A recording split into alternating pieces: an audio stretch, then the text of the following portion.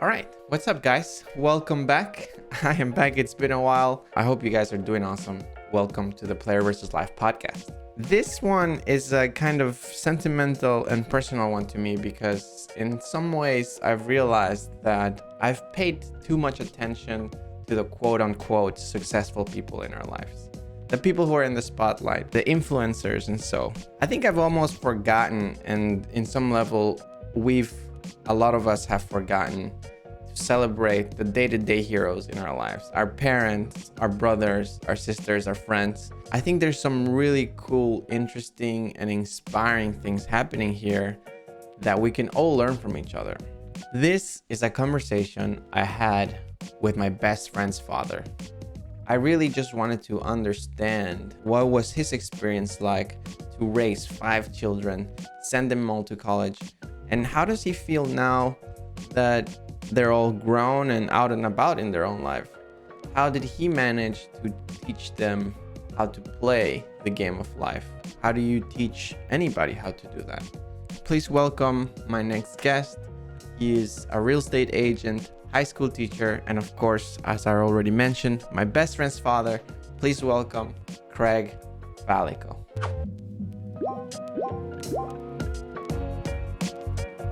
Well, first of all, welcome to the podcast.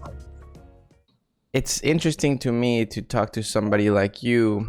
You're my best friend's father. You know, when you're growing up and you're going through life, there's people that you value their opinions, and your family is probably one of the most important. The people that you look up to, you care what they say. You really care about what the advice they give you. And for me, being able to talk to you makes me want to ask you those things. Makes me like, I have no agenda besides getting to know you, getting to know your experiences, and hopefully by the end of this, through that, I've learned something about life, right? What is it that you think, Craig? What do you think is the thing that brings you the most happiness in your life? My life happiness is always about spirituality. I've been a spiritual person since I was a preteen and teen, but I didn't know what it was. But I knew, looking back, I knew I was that, you know. So I'm a huge believer in love. It has to be about unselfishness and love and sacrifice, you know. I was just thinking about how I grew again over this pandemic. I did more volunteerism, more food pantry work, more dropping off food, more donations. I did everything more than I've ever done during the pandemic. I can't tell you how many times I sat on my deck and just was teary-eyed, just sad for the millions who don't even have the basics. And here I am with excess beyond description. So I've always been a spiritual person.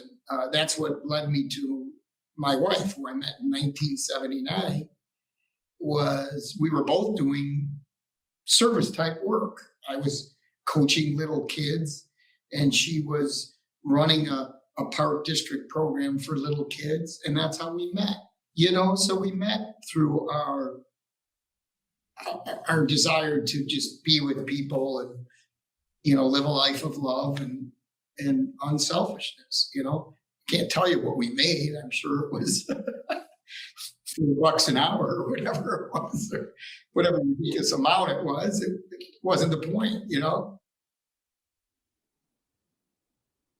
Correct. And that was good. That's how we met. If we don't choose those paths, if that isn't in our heart, and if we're not being soulful, we don't meet. We don't connect. So you say you had this kind of desire to be serviceful towards some other people. Where did you think you got this from? Pretty sure. Well, my dad was he was a horrible businessman, but he loved life. He had a passion for life. Like he could pick something up from the ground, like a screw or something, and say, "This is the most beautiful screw I have ever seen in my life." You know, that was his take on everything, you know. And he came from nothing, and he was very poor, and he loved life. So I think that's a great base for me, right? Riches, they don't do it. You have to have a passion and a desire and a love. Doesn't mean you can't be wealthy, being passionate and loving. I remember going into teaching, and everybody was saying, don't go into teaching. In 1981, they were closing schools. So I got a very, truly below the poverty line job. I was making $9,000 and the poverty line was 15. And it didn't matter to me. I wanted to be a teacher and a coach. That was my passion. I got into real estate so I could financially take care of my family. And that turned out to be me helping people too, educating them. When my son Nick got into the business, he said, Dad, I want to sell $10 million of real estate. I said, no, you don't. So you want to help as many people as you can. Let me give you an example. If the average price of what you sell is 800, maybe you help 12 people and you do 10 million, approximately, right? But if you help 50 people and 200,000 a sale, you have 50 people that you've helped. Then those 50 people know that you cared about them, and they're going to refer 50 people, and so on. And all of a sudden, you're going to have 1,000 people in 5 years in your book of business. I mean, that's not why you help as many people as you can, but think of the long-term benefits of helping as many people as you can. I always put love in front of everything I do and behind everything I do. But I can't tell you what's in between. It may not be great. It may not be perfect. But I promise you it's going to start with love and it's going to finish with love. That's how I approach everything. So there's this aspect of this unselfishness kind of value that transcends throughout all of the different practices in your life. Live rhymes with give for a reason. If you're not giving, you're not living. Now, I'm curious, how do you seem to be so sure about this. I'm still trying to figure things out, I'm still trying to understand how do I wish to lead my life. I'm still thinking about how I want to be able to enjoy things, but at the same time, be able to put a lot of effort into things. How do you come to this conclusion that you yourself want to be an unselfish person? I really didn't have a choice, Gabo, because everything I did that I chose to do, I was passionate about it. So I would go 15, 16-hour days, 17-hour days, and not know I just worked 17 hours because I love what I was doing. You could do gaming or your podcast for hours upon hours, and the whole day is gone and you don't even know what happened. It went in a blink of an eye. If you can earn a living with your passion, you're the luckiest person anywhere. And teaching is never a money thing. Everybody thinks teachers make millions of dollars. I didn't make 50 grand a year. I had 5 kids till I was in it for 15 years. And I was a sole breadwinner. My wife was a homemaker. There wasn't money in teaching. And I loved it. I absolutely loved it. Coaching was worse. I mean, you make 10 cents an hour as a coach, especially if you're passionate about it and you're dedicated. It's not a living, it's you follow your passion. And if you happen to be financially rewarded for it, that's a bonus. That's like, what? I didn't know that. I never did that. That's incredible. But I never worry if there's going to be food on the table. I only worry if love is lost. That's the only thing I worry about.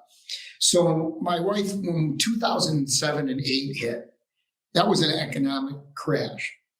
Total. It was a wipeout, right? One of the worst we've had. Similar to the 2 months in 2020, but that was only 2 months. This was almost 4 years of rough. And I remember asking my wife, I said, hon, would you leave me if we lost everything? She said, no. I said, well, then I have nothing to worry about. And I didn't have a single bad year during that time. And I was never worried. And people said, God, how do you stay so positive? How are you so happy? How are you so energetic? This is awful. This is terrible. People quitting, and a lot of shadiness comes out when the economy gets rough. Right. But a lot you of can people start to see people's true colors. Right, exactly. And I said, well, because I have nothing to worry about. I can't lose what I love.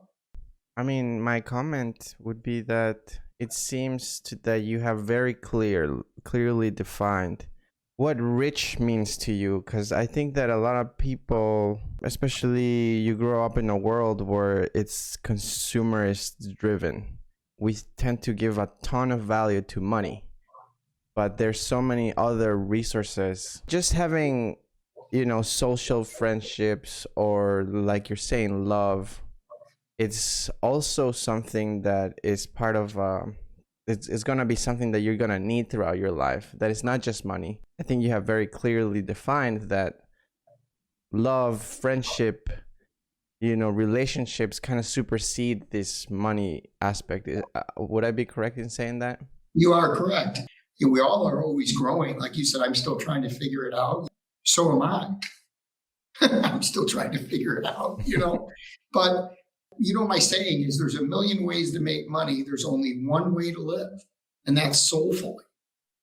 That's the only way to live. If you really want to live, the only way to really live is soulfully. Everything else is a mirage, or a misleading, or a stumbling, or a bumbling, but if you're living soulfully, you're going to have the greatest life. And you may not have a thing except the clothes on your back and the apple in your hand. And I promise you'll be one of the happiest people we will ever meet, if you're a soulful being. And if you're a soulful being, you really won't ever, ever be without. You'll always be fulfilled. I just don't think that that's a difficult idea, but it's a terribly difficult task. Because to live soulfully. Yes, because it's your soul is always under attack, Like, I guess you could live away from all people and all things, which some people try to do. But that's not our calling as humans. Our calling is being a soulful person. Like, for example, people talk about, here's a great thing. I heard a lot about personal responsibility during COVID. Mm-hmm. It's personal responsibility. We all have a personal responsibility to others. And that's the difference. That's what I believe. I think we all have soulfully a personal responsibility to love and to others. Our personal responsibility is not just to kill the next guy and eat, Right. That's an animalistic survival thing. That's not responsibility. You can't go to the squirrel and bear and talk to them about their responsibilities. But you want to talk about responsibility. You're responsible for your soul. You are. It's interesting because there's this kind of very philosophical aspect of what you're talking about. And I've been reading this book called Try Not to Try, which is expands on the philosophy of Confucianist. I'm sure a lot of people have heard this, but one of the big phrases from Confucian is do unto others what you wish done to yourself, or act the way towards others how you want others to act towards you. The words you're using make me think a lot of this book, like spirituality and the soul. It's definitely a practice. It's definitely a skill, right? That you can acquire. Maybe at the beginning, it's not really easy to listen to your soul. It's always difficult. So if acting with your spirit and like being one with your soul is the key to happiness, how would you teach somebody to do that? That's why if you start with the unselfish premise, that's the easiest first step. My my daughter and grandkids, 3 of them moved in with me, right? And someone said to me, wow, what do you do? How did you give up your space and and I said, I never had any space. I never had any space in my house. My children were there. My wife was there. I made that space. I worked hard so they could have that space. I only needed a bed and food and water and clothes. I don't need a man cave. I don't need anything. I mean, I don't need anything. I have more than I need every single day. So having them move in hasn't affected my space, or it only enhanced my life and my space, whatever minimal space I had. And starting with unselfishness is the easiest first step. Then you don't have to think, Then you don't have to think. Like people simple things, picking something up that somebody drops, opening doors for people, letting someone go in a car ahead of you. All that stuff is super easy. And rare. Yeah. I think I kind of thought of two things when you were saying that. One is that it's cordiality, it's courtesy, it's hostfulness, serviceful, being serviceful to others. It's definitely one aspect of it, but maybe us also detaching yourself from materialistic possessions or things that you consider to be yours. Like, that's a great line. Things you consider to be yours. It's detaching yourself from those things that allow you, at least in your example, to enjoy time with your family. That you, right now, all your kids have kids. Well, not all of them. Most of your kids have kids. You have tons of grandchildren. As a grandfather, that must be a very joyful moment for you. And it's like you chose to see it as like, oh, this is an awesome time for me to spend with my family now. Rather than, oh, I have to give my personal space to them. To me, that makes complete sense, right? Right. That makes complete sense. Who wouldn't do that? I don't know. There's probably people out there who think like the person that you talk to. Right. And they may be extremely wealthy. Right. But they're, that old saying, right? Some people are so poor, all they have is money. Right. Which ties back to paying more attention to other things than money that I'm getting from your experience. For me, it's also interesting to talk to you because I've moved around so much. Like I didn't live with my father. My dad stayed in Ecuador since I was 12. I've always seen him after that, but I was 12 years old when I separated from him, right? So the father figures in my experience were my brother, my older brother, my dad as well, but he just wasn't there as much. But it's always interesting to me to understand like your views and your perspective now on you having children. How was that experience like? How would you describe that experience to somebody? I have been, and my kids have been just, beautiful. They make my life beautiful. It's a beautiful life. My grandkids, this is like my favorite stage, right? Because I don't have to discipline them. Well, I have to a little now because their dad isn't around, so I have to sometimes have a heavy hand. But most of the time, you're never going to discipline your grandkids. Rarely, right? So that part of being a grandparent is out, which is nice, right? Right. And I know more than I did when I raised my kids. I always told my oldest two, Amanda and Nick, I said, hey, sorry, we made all our mistakes on YouTube, right? And then we got better as Kim came, and then Cody, and then Bree. We got a little better at the job, but we didn't start. You could read all the books you want until you're a mom or a dad. You don't know anything. Mm-hmm. You don't know anything. You can only, that's why you have to live a certain way. This way, if you put love in front of everything you do and then love behind it, all that stuff in the middle, that is required. It's all required.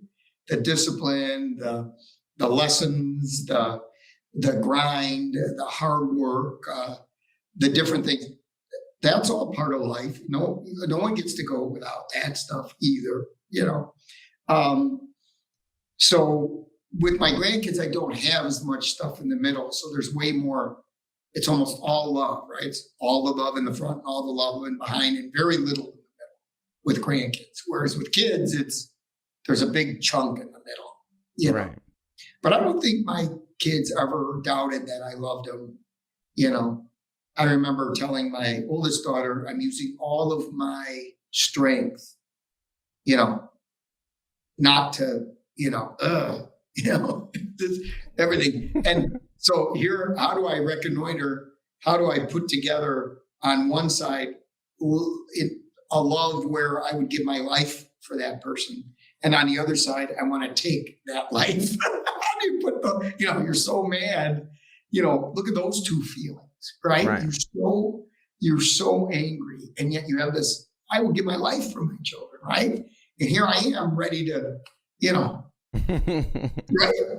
Right, of course. So those are two completely different feelings, mm-hmm.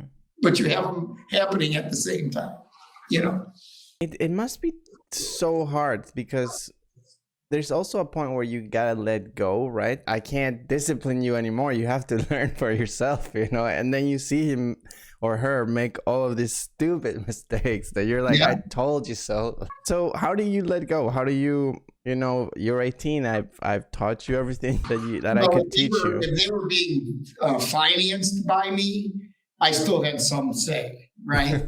So, right. So there was some say there, but so it didn't matter their age. If I was helping them, I could have something to say, but I didn't say much. But there were some things that were absolutely necessary. But you never let go, Gabo, as a parent, ever. You never let go. You would say less, but in your heart, you haven't let go. In your thoughts, you haven't let go. So you're watching them do things, and you want to say something, you just don't. But you still feel it, But do you think that's the wiser choice? Like that is the wiser thing to do. It's like not say anything. Don't say anything. And they probably know, anyway. Right. They probably already know. That's the point. So there's no need to say anything. They know. Right. Yeah. And okay, so you became a teacher after having children or while having children? I became a teacher at 21, and my first child was born at 23. Okay. When I was 23. Did you see any? Do you think teaching prepared you to be a parent? Oh, absolutely. In some ways, sure. When my oldest kids became teenagers, I didn't like my students for a short period of time because I realized what they were doing to their parents, right? Right. I was mad at all of them. It didn't matter who they were, right? I immediately put, okay, all teenagers are like this. I don't like you guys anymore. For a short period of time, I got over it. I love my kids and students, but it was funny because I realized, oh my goodness, all these parents, these little shits, all these parents being, dragged around, right? They're like my wife said, kids, they rip out your heart, they throw it over their shoulder, and they drag it down the street, and they don't mean to, but It just, it just happens. It's just their innocence. It's just the way it is. Yeah, it's just the way it is. So what are sort of the values that you wanted to teach your children in order for them to live successful or great or meaningful lives? All the things we're talking about, one thing we haven't talked about, resiliency. Mm-hmm. How do you pick yourself up off the mat? More than an expression for our family, because we're a wrestling family, but Right. How do you get up after a fall? How do you recover from a physical or financial drop? How do you recover from broken relationships, lost love? Because all of these things are going to befall you, my son, my daughter. You must be able to pick yourself up, Mm-hmm. And always the quickest way to do that is to help others. We're our best selves. We are the very best version of ourselves when we are helping, when we're being helpful. That's our best version as human beings. That's when we're at our best. Right. By far. Like, I think you're not doing this podcast to be a millionaire.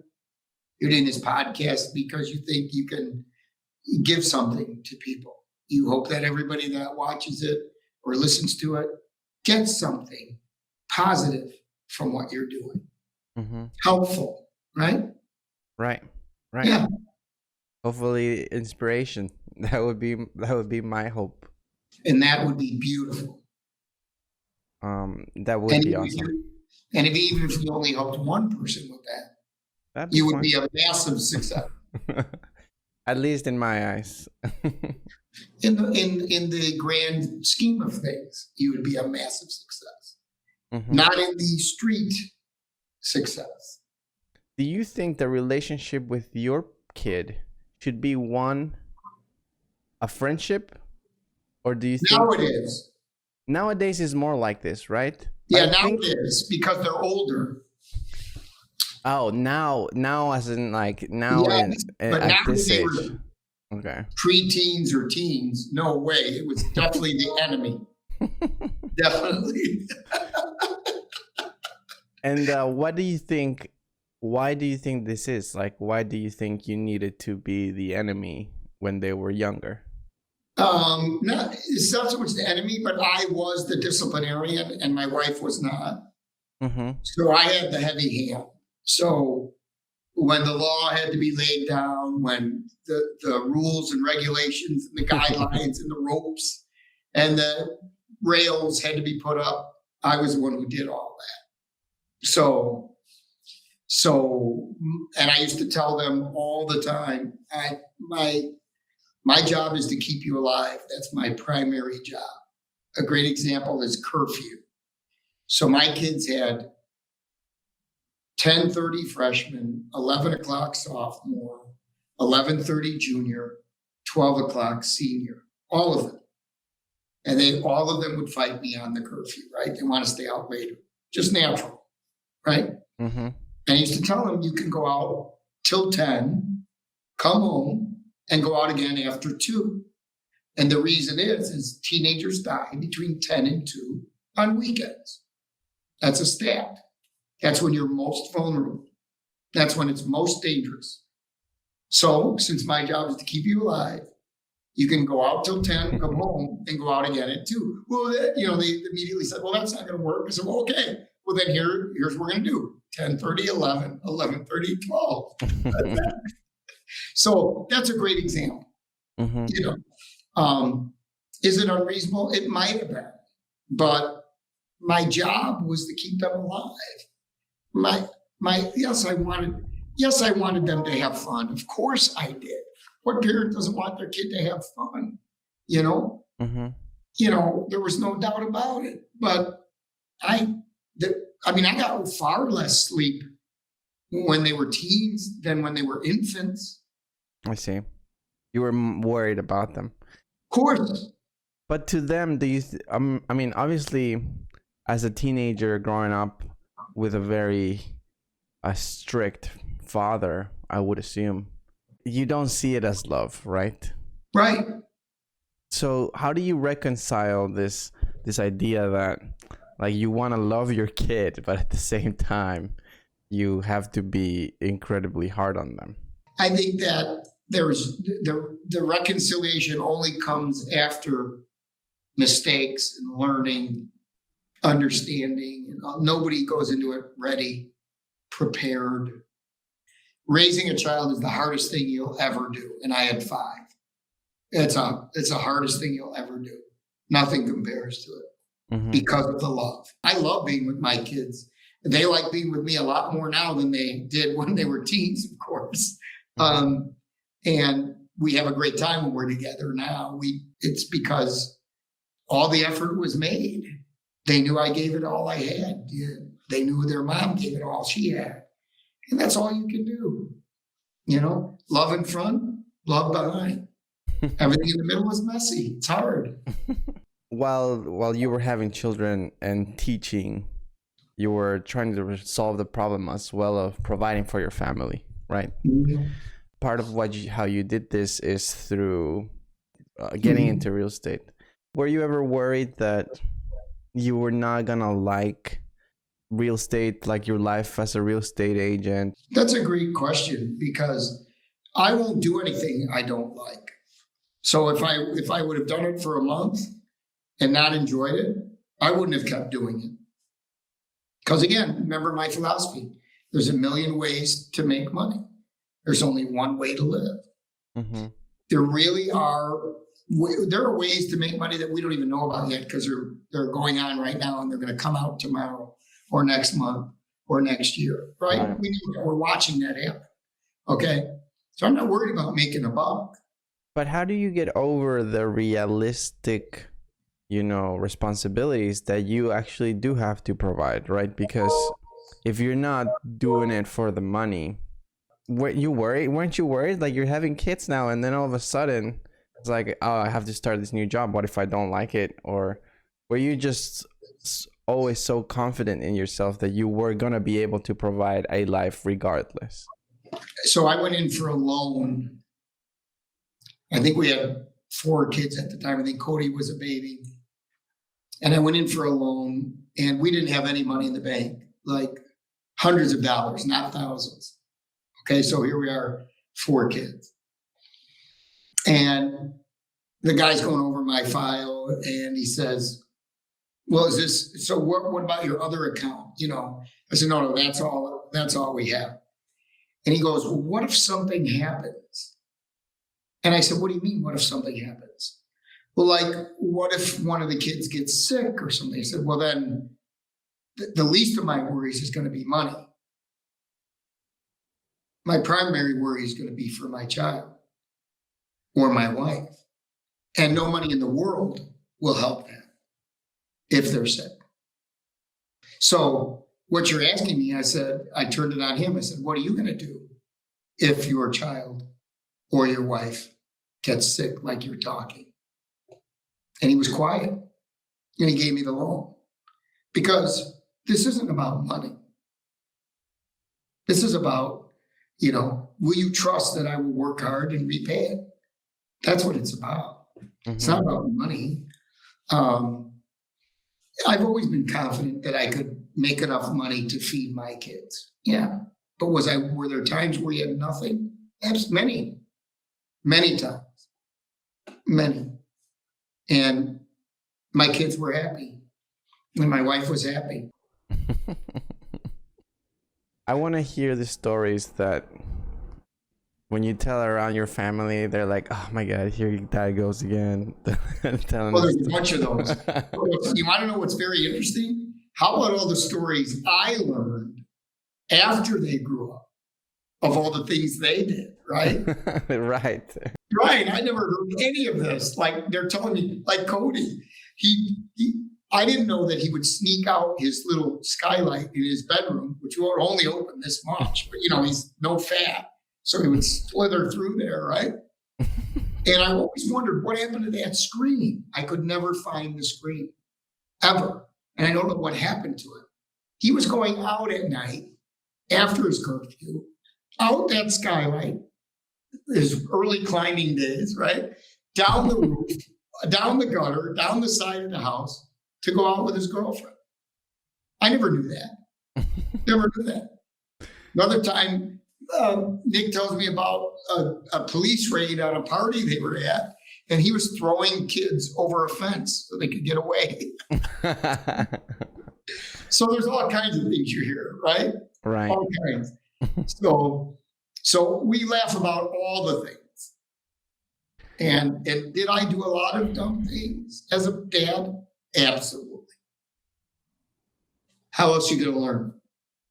So what are the takeaways that after, having 5 children go to college, graduate, and start their own lives, what are some of the life lessons, would you say, that parenthood has brought for you? Well, I've become way more patient, even though it doesn't seem like it. So you can imagine what I was like 30 years ago or 20 years ago. I'm way more compassionate, way more, empathetical, way more understanding than I was 20, 30 years ago. There's no comparison, Mm-hmm. But that's because I'm willing to learn. Life is a meat tenderizer. You start out not palatable, and then you're pounded, and all of a sudden you go with everything: fruits, vegetables, nuts. Doesn't matter.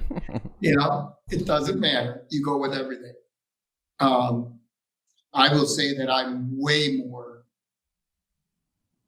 tolerant, way more compassionate than I was as a young father. Way more. So, based on today's conversation, I am going to try to be a selfless person, and not try. I'm going to successfully practice unselfishness. Exactly. I've always struggled with, I wanted to be great and save the world from when I was very young. Matter of fact, there's even, they found this little thing, something I wrote where I was going to save the world. I think I was 12 or 11 or something. And if you want to save the world, you got to save yourself. Right. And then you'll have no problem saving the world. That makes me think of a dating advice I saw the other day, and it said, honest dating advice: stop worrying about your love life and start getting your shit together. Right? It's like the best. Say, Gabo, you meet the right person when you're at your best, not when you're at your worst. Right. And this is where I can see what you're talking about become a very big aspect of our lives, is just be more courteous. Like, that's what I like about living here in Dallas compared to New York. At least people have the courtesy of saying hi, saying how are you, and that's one thing that has brought us a value to my life and meaning to my life that I didn't know it would. And so I'm starting to ask myself, it's like, what are other ways in which I can have a bigger network of people? How do I make a really good friend, like another really good friend like Cody? What would your advice be? Like I said, the advice is start with, unselfishness. Mm-hmm. Start with an attitude of gratitude in things you do, and leave the rest. The rest takes care of itself. You can't force those other things that you seek. They must be, opened to you. They must be. They're there. They're just not appearing right now. So I would say that you're lucky you have one good friend. I guess that's where I'm greedy. Yeah, it's okay. I want reasons. 10 It's okay, good friends. It's okay to be greedy about love. Yeah, giving love, not taking. Neither, not a taker. Can I put you in a hypothetical situation? I'll see what I can do. Let's say that one of your children has no idea what to do with their life. It's not hypothetical. Like, and you're worried about them, right? It's like, because they don't have no idea what they want to do. How do you guide them? What do you tell them to not worry, or are you even worried about them? Like, do you think at this point that you've taught them enough? So my wife was worried about your buddy. And I always told her not to worry because he is a confident person. He is a compassionate person deep down. Even though he's an intense competitor, he's a very compassionate person. I always said about him that you could fly a helicopter anywhere in the world, lower him down, and he would be just fine. He'd make it. The people we worried about the most were the ones that had all their jobs and their kids and everything. Mm-hmm. There's more worry there, there's more worry in people that are on the path. You worry about too, don't forget, right? Right. You worry about their new relationships, their children, also known as your grandchildren. But your advice to your hypothetical, non-hypothetical, my hypothetical child, yes, I always told them the same thing, and they'll verify this. Pursue your passion. If you happen to make money at it, great. Because there's a million ways to make money. There's only one way to live. Mm-hmm. Soulfully. Be creative. If you have a job that pays the bills, make sure you're doing something that is soulfully enriching you. Just having Cody as my best friend, I think in some indirect way, you have taught me some things through him, right? And it's something that I value a lot of our friendship. I think that I am constantly learning from him. And it's been an interesting journey, just understanding his values and how have those values been, formed. And through that, also kind of getting to know you. And you two have grown a lot since I first met you guys and as freshmen in college, right? Oh, yeah, of course. Of course, this is part of it, right? I swear to God, well, if you saw me as a 20-something-year-old dad, you wouldn't even recognize me as the same person in a lot of ways. Seriously, because you're not the same decades later, hopefully. I change every 5 years. I become a different person. A ton. Right. I mean, it's actually hard to think that me and Cody known each other for like 11 years now. Yeah, that's what I'm saying. That's a decade. That's crazy. Mm-hmm. Yeah, and think how different you guys are than you were 11 years ago. How different will you be 11 years from now, and so on. God willing. Yeah, I think that, this has been kind of like a therapy session for me. I think all of my podcasts are somewhat therapy. But it's been really fun, Craig, getting to know your story. Actually, do you want to throw in some Twitter handles or something for people to follow you? I'm just at Craig Fallico on Twitter, and it's only motivational sayings. All right, Craig. Thank you so much for being here. Thank you, and I had a lot of fun. Me too, and I'll see you soon. I'll see you, Craig. Thank you so much. All right, bye. Bye-bye.